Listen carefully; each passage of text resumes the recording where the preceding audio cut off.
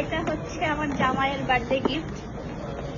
এটা তার অনেক পছন্দের ছিল এবং এটা নেওয়ার জন্য সে অনেক দিন ধরে প্ল্যান করতেছিল, কিন্তু আমি নিতে দিচ্ছিলাম না। তা আমি আজকে গিফট করব, কারণ এটা আমার প্ল্যান ছিল যে আমি তার বার্থডেতে তাকে এটা সারপ্রাইজ হিসেবে দিব। তো চলেন আজকে এটা দেখি তার এক্সপ্রেশনটা। সে জানে না যে আমি তাকে এটা গিফট করতেছি, তো চলেন আজকে তার রিয়াকশনটা দেখি।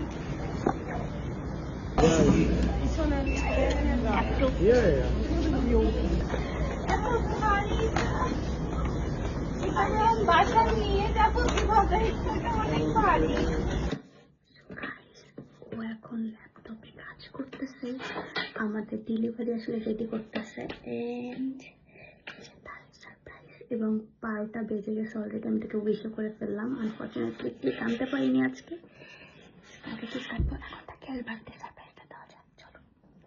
সো এগুলা হচ্ছে আমাদের ডেলিভারি ড্রেস। এটা হচ্ছে তার বার্থডে সারপ্রাইজ। কি করো? কি করছে? তো তোমার বার্থডে কেমন লাগতেছে? Happy birthday. কোন এক্সাইটমেন্ট নাই, এটা পোলা মানুষ এরকম যে কেন? আচ্ছা একটু পিছনে ঘুরো, পিছনে ঘুরো। আরে ঘুরো না।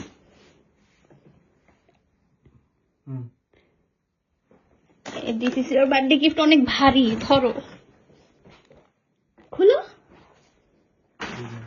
খুলো খুলো। না না খুলো।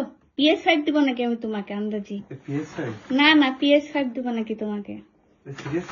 PS5 তো আমার সতীন, আমি কি তোকে ওটা দিব নাকি?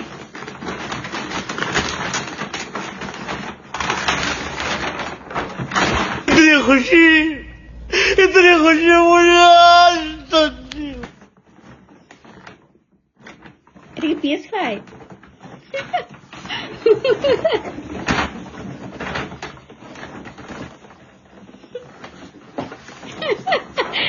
কবি নির্বাক আপনাদের ভাইয়ের এক্সপ্রেশন। কবি আজকে নির্বাক। কেমন লাগছে তোমার এটা বার্থডে গিফট? এই জন্য তোমাকে আমি নিতে দিতাম না। তুমি কিনছো এটা? তো কে কিনবে? কে দিবে তোমাকে?